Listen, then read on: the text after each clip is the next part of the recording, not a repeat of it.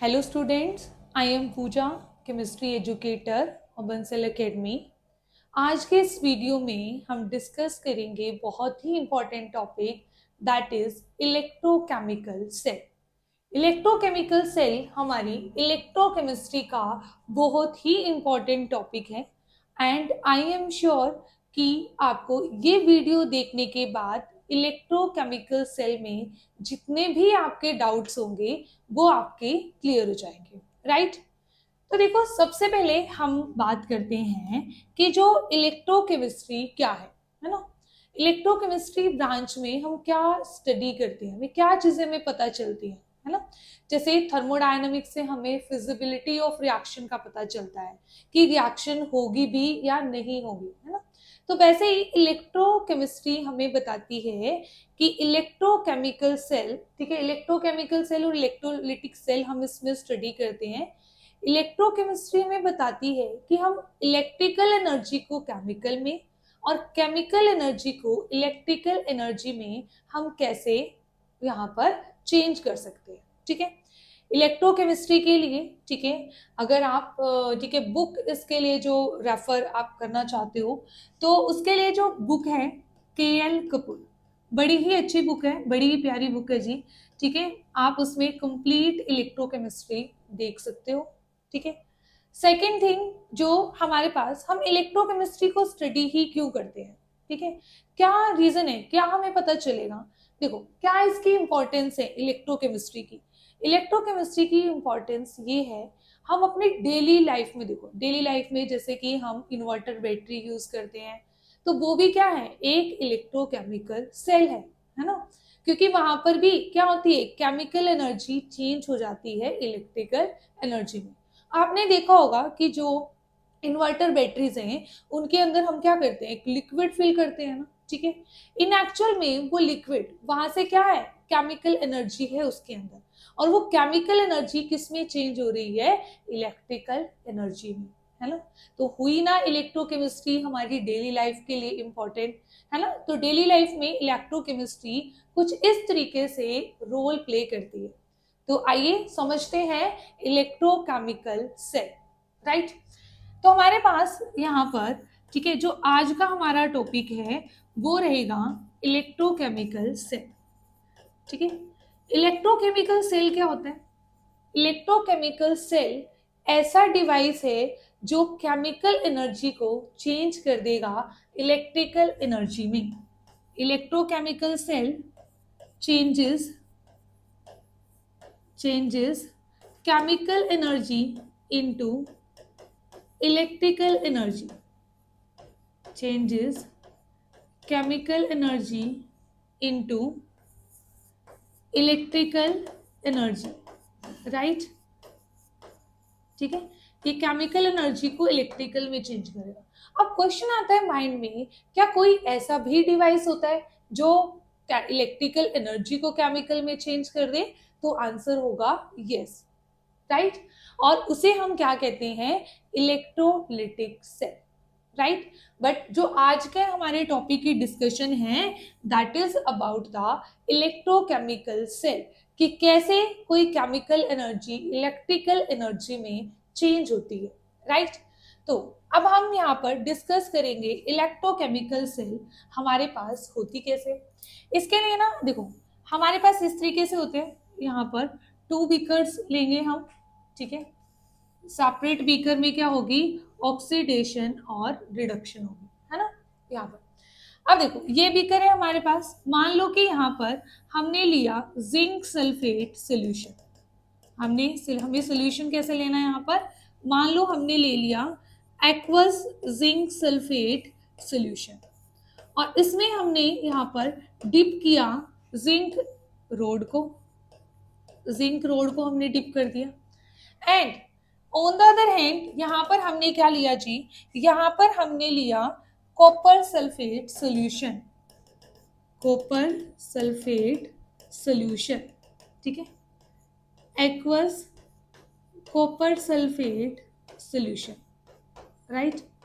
और इसके अंदर हमने यहाँ पर डिप कर दिया कॉपर रोड को, ठीक है, कॉपर रोड को। ठीक है, अभी हमने सिर्फ इतना ही किया है ना। अब हम क्या देखना चाह रहे हैं कि यहाँ पे जो केमिकल एनर्जी है वो इलेक्ट्रिकल एनर्जी में कन्वर्ट हो रही है या नहीं हो रही। तो उस पर्पस के लिए अब हमें कैसे पता चलेगा, हमें तब पता चलेगा हम यहाँ पर क्या लगा देंगे, गैल्वेनोमीटर। ठीक है, ये हमारा क्या है जी, galvanometer.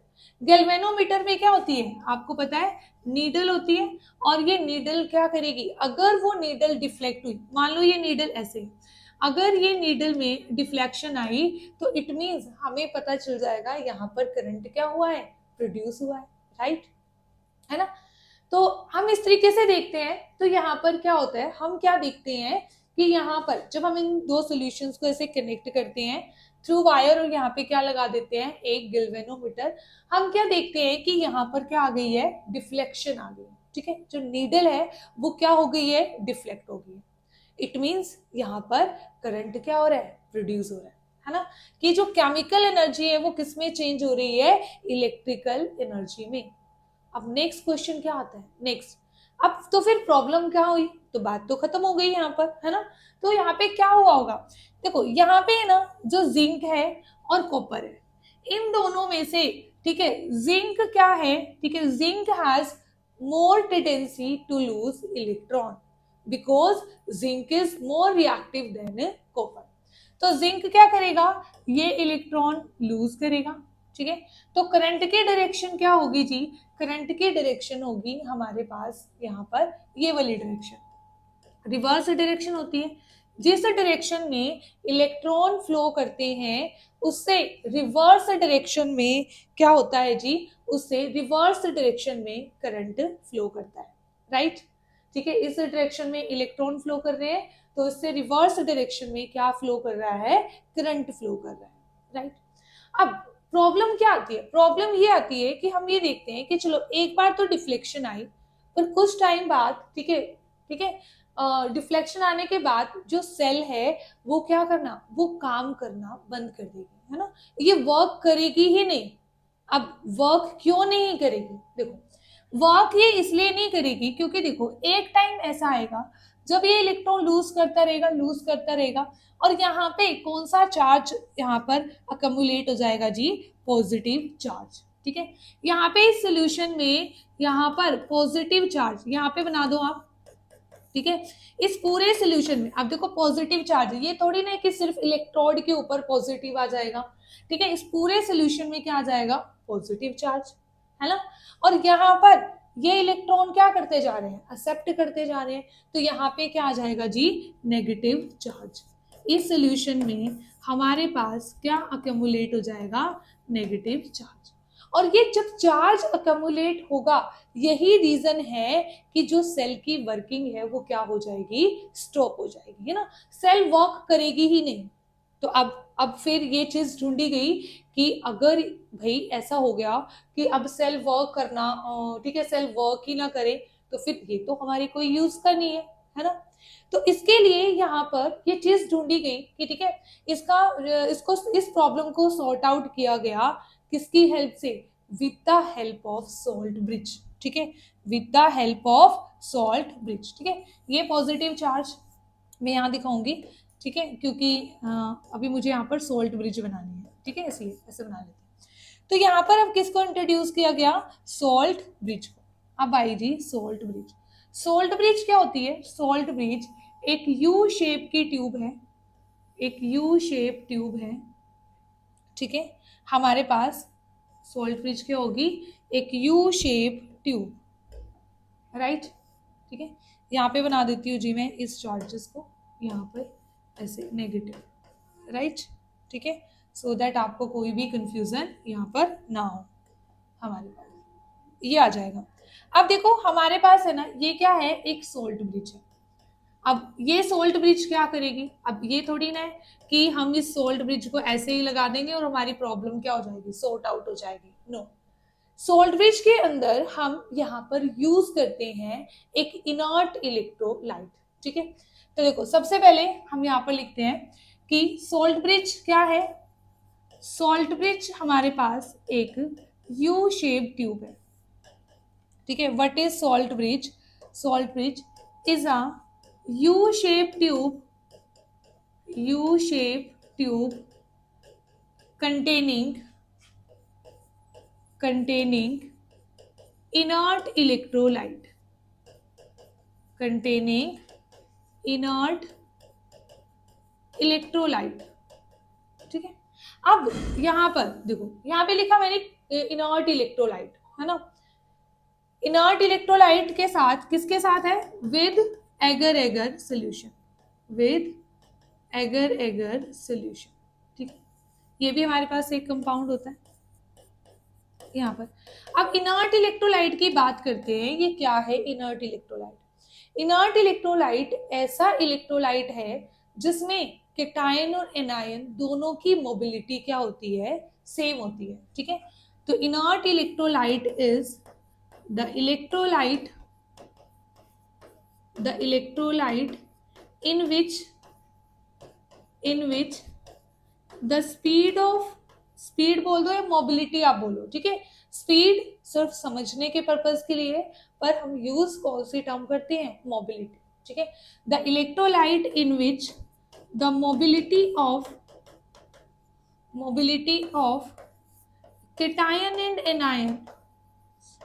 cation and anion are same, ठीक है। केटायन और एनायन की मोबिलिटी अगर क्या हो, सेम हो, उसे हम क्या कहते हैं, inert electrolyte.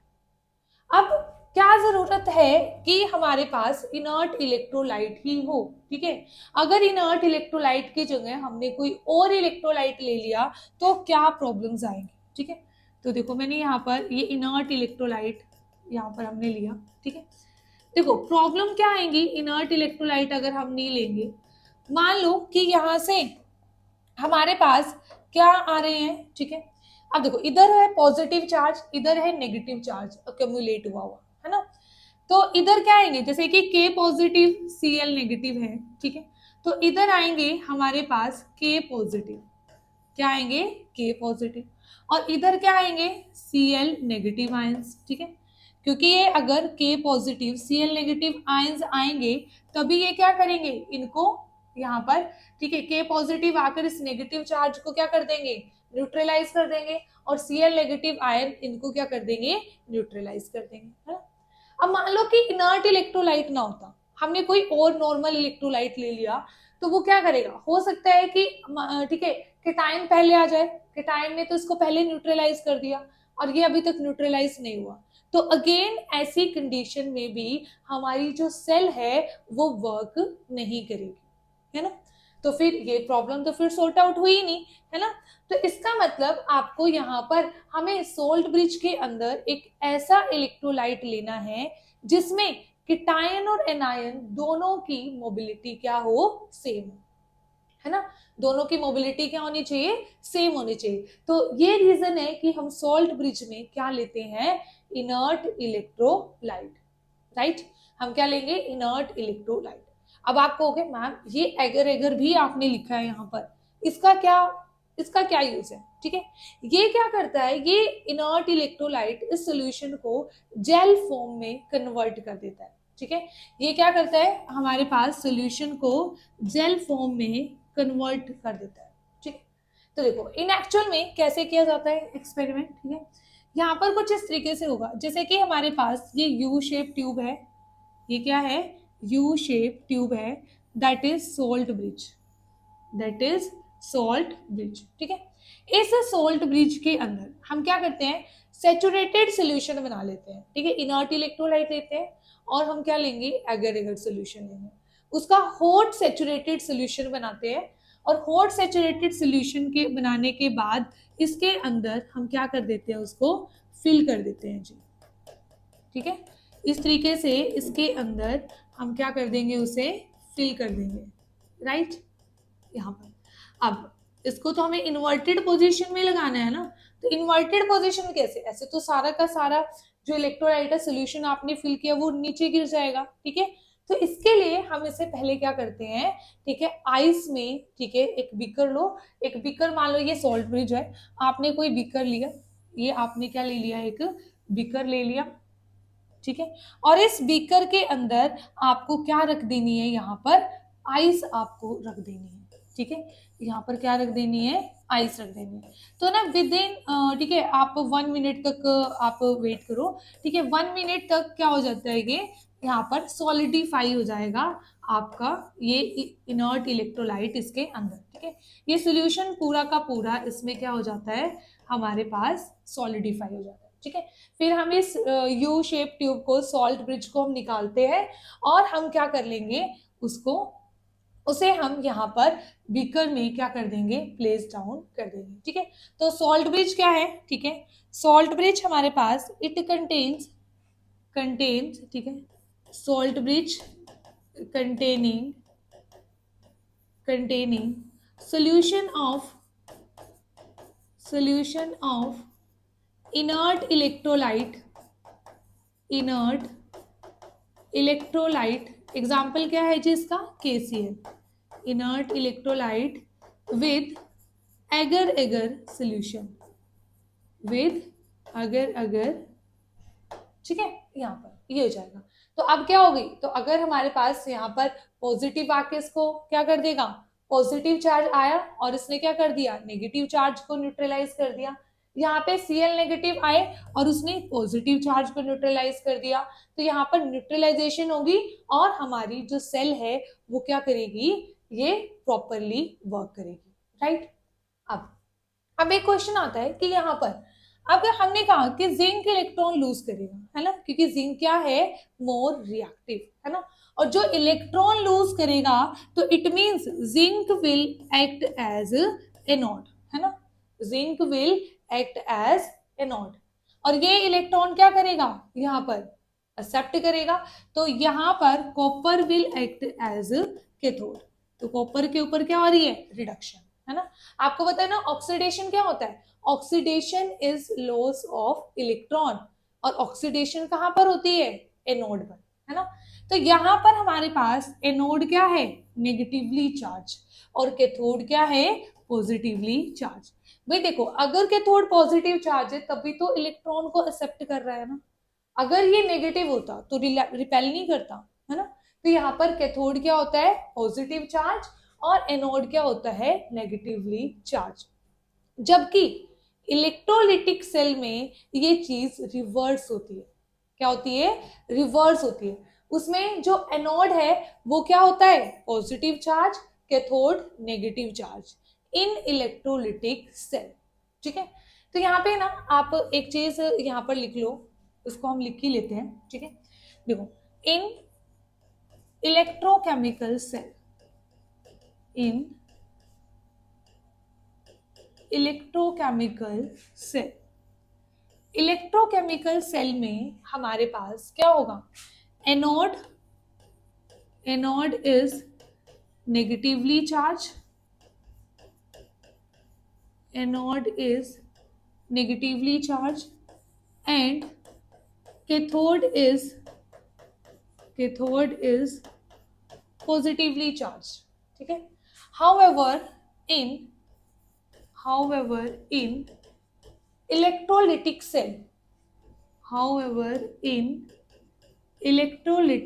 cell, electrolytic cell में जो एनोड होता है वो क्या होता है, हमारे पास positively charge, and cathode is negatively charge, ठीक है। बट यहाँ पे एक पॉइंट दोनों में क्या है, यहाँ पर सेम है, ठीक है। हमेशा ना आप ये चीज अपने माइंड में आप सेट कर लो कि हमेशा ऑक्सीडेशन एनोड पर होगी और जो हमारी रिडक्शन है वो कैथोड पर होगी, ठीक है। On anode oxidation will takes place, and on cathode reduction will takes place, right. ऐसे ही सिमिलरली इलेक्ट्रोलिटिक सेल में भी ऐसा ही होता है कि एनोड पर क्या होगी, ऑक्सीडेशन, एंड कैथोड पर क्या होगी जी, रिडक्शन, सॉरी, एनोड पर oxidation on cathode reduction will takes place, right. ठीक है, ये चीज है। अब क्वेश्चन ये आता है कि ऐसे तो हम कंफ्यूज हो जाएंगे क्योंकि एग्जाम में तो बहुत सारा सिलेबस है ना।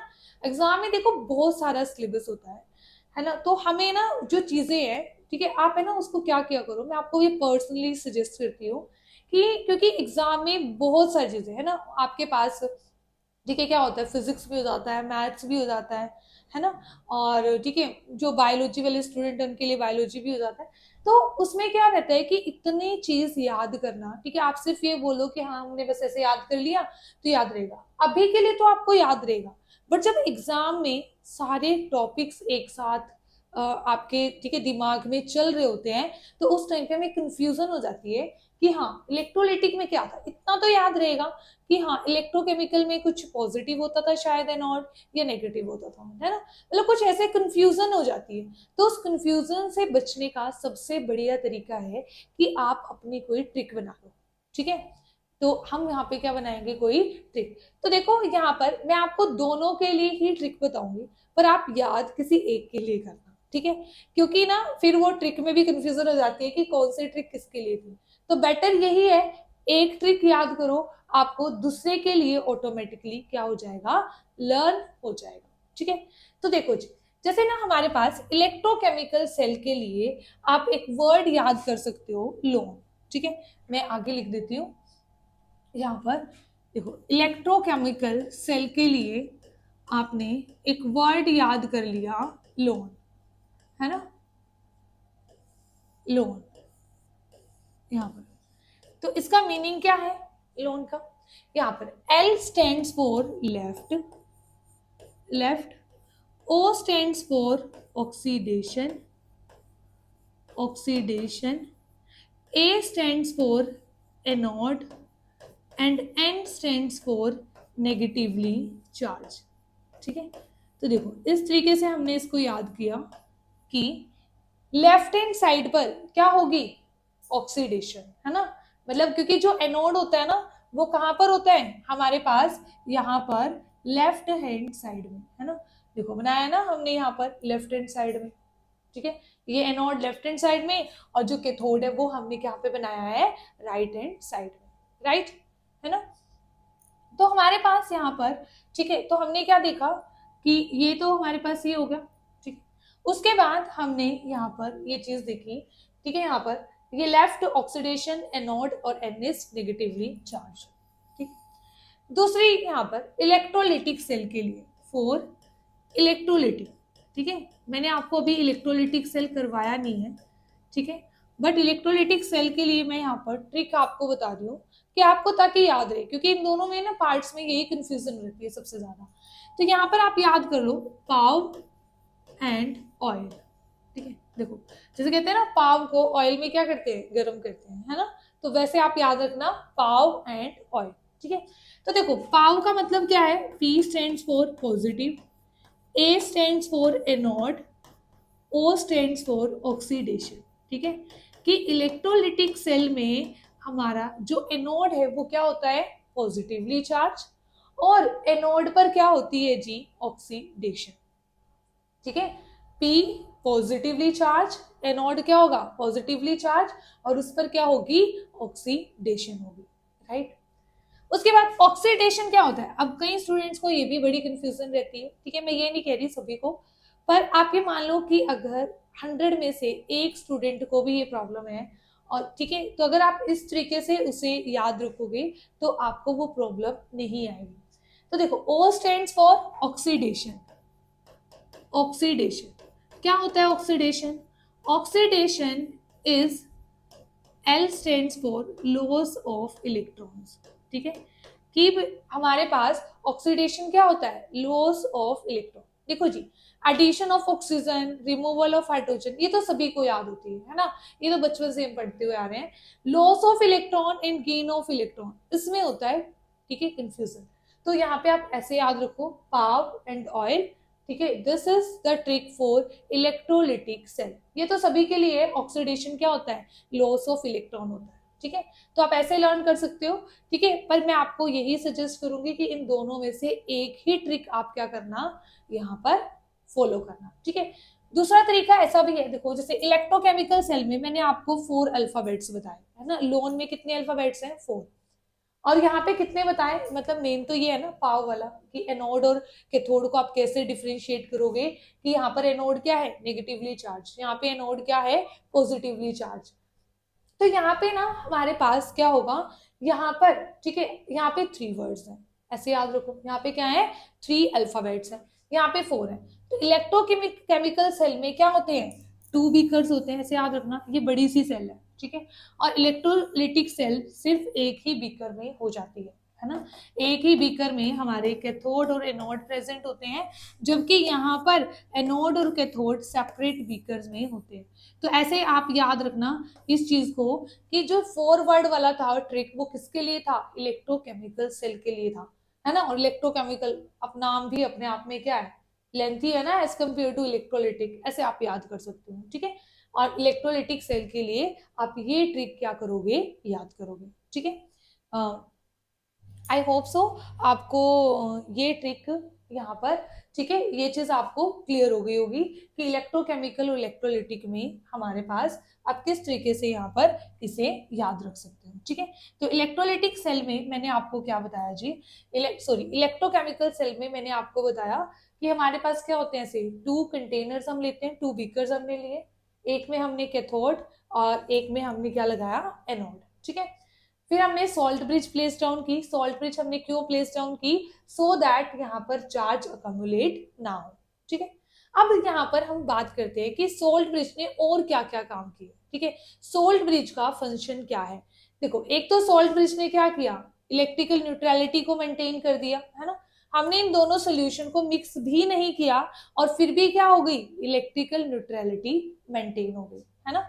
तो यहाँ पर हम लिखते हैं जी, ठीक है, function of salt bridge, function of salt bridge. तो फंक्शन क्या होते हैं हमारे पास सॉल्ट ब्रिज के, फंक्शन ऑफ सॉल्ट ब्रिज हैं, ठीक है। फर्स्ट, ठीक है, electrical neutrality is maintained, electrical neutrality, electrical neutrality is maintained, electrical neutrality is maintained without mixing the solution, without mixing the solution, है ना, कि हमने सोल्यूशन को मिक्स भी नहीं किया और क्या हो रही है, इलेक्ट्रिकल न्यूट्रलिटी मेंटेन्ड हो रही है, राइट। सेकेंड पॉइंट क्या होता है, सेकेंड पॉइंट आएगा, it decreases the liquid liquid junction potential, ठीक है। अब ये आप समझना, ये पॉइंट इंपॉर्टेंट है, ठीक है। और जब एग्जाम में स्टेटमेंट आ जाती है तो ये बड़ी कंफ्यूज करती है, ठीक है।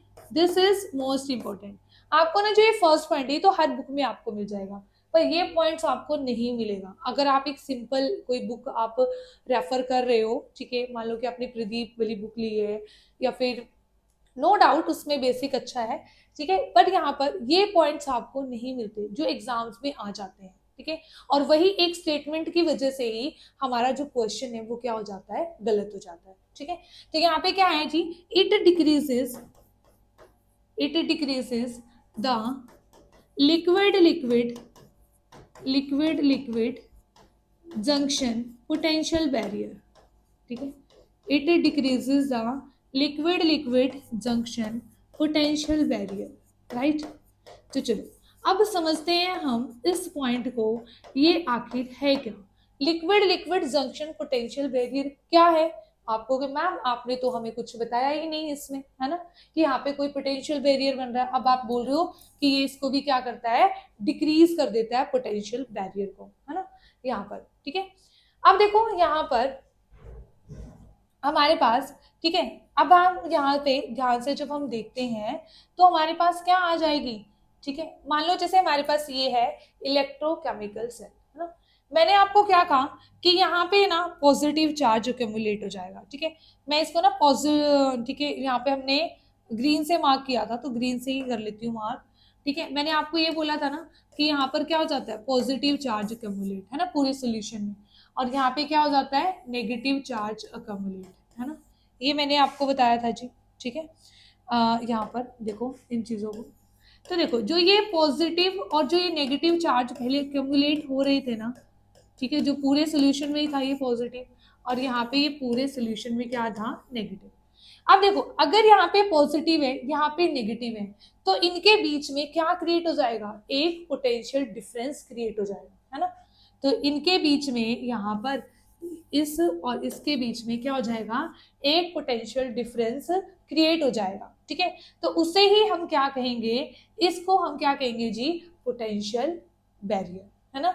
लिक्विड लिक्विड जंक्शन पोटेंशियल हम इसे कहेंगे, ठीक है, पोटेंशियल बैरियर कहेंगे। तो यहाँ पे हमने क्या लिखा, यहाँ पर आप इस तरीके से लिख लो, मैं यहाँ पे इसको ऐसे मेंशन कर रही हूँ जी, ऐसे मेंशन कर रही हूँ, this is the liquid liquid liquid liquid junction potential, junction potential, ठीक है। तो वो उसने क्या किया, मैंने कहा कि ये डिक्रीज कर देता है इस विड्थ को, है ना। तो भाई ऑब्वियस ही बात है, जो हमारी सोल्ट ब्रिज है, सोल्ट ब्रिज के अंदर क्या आएंगे, सोल्ट ब्रिज के अंदर से ये आयंस आ रहे हैं, ठीक है।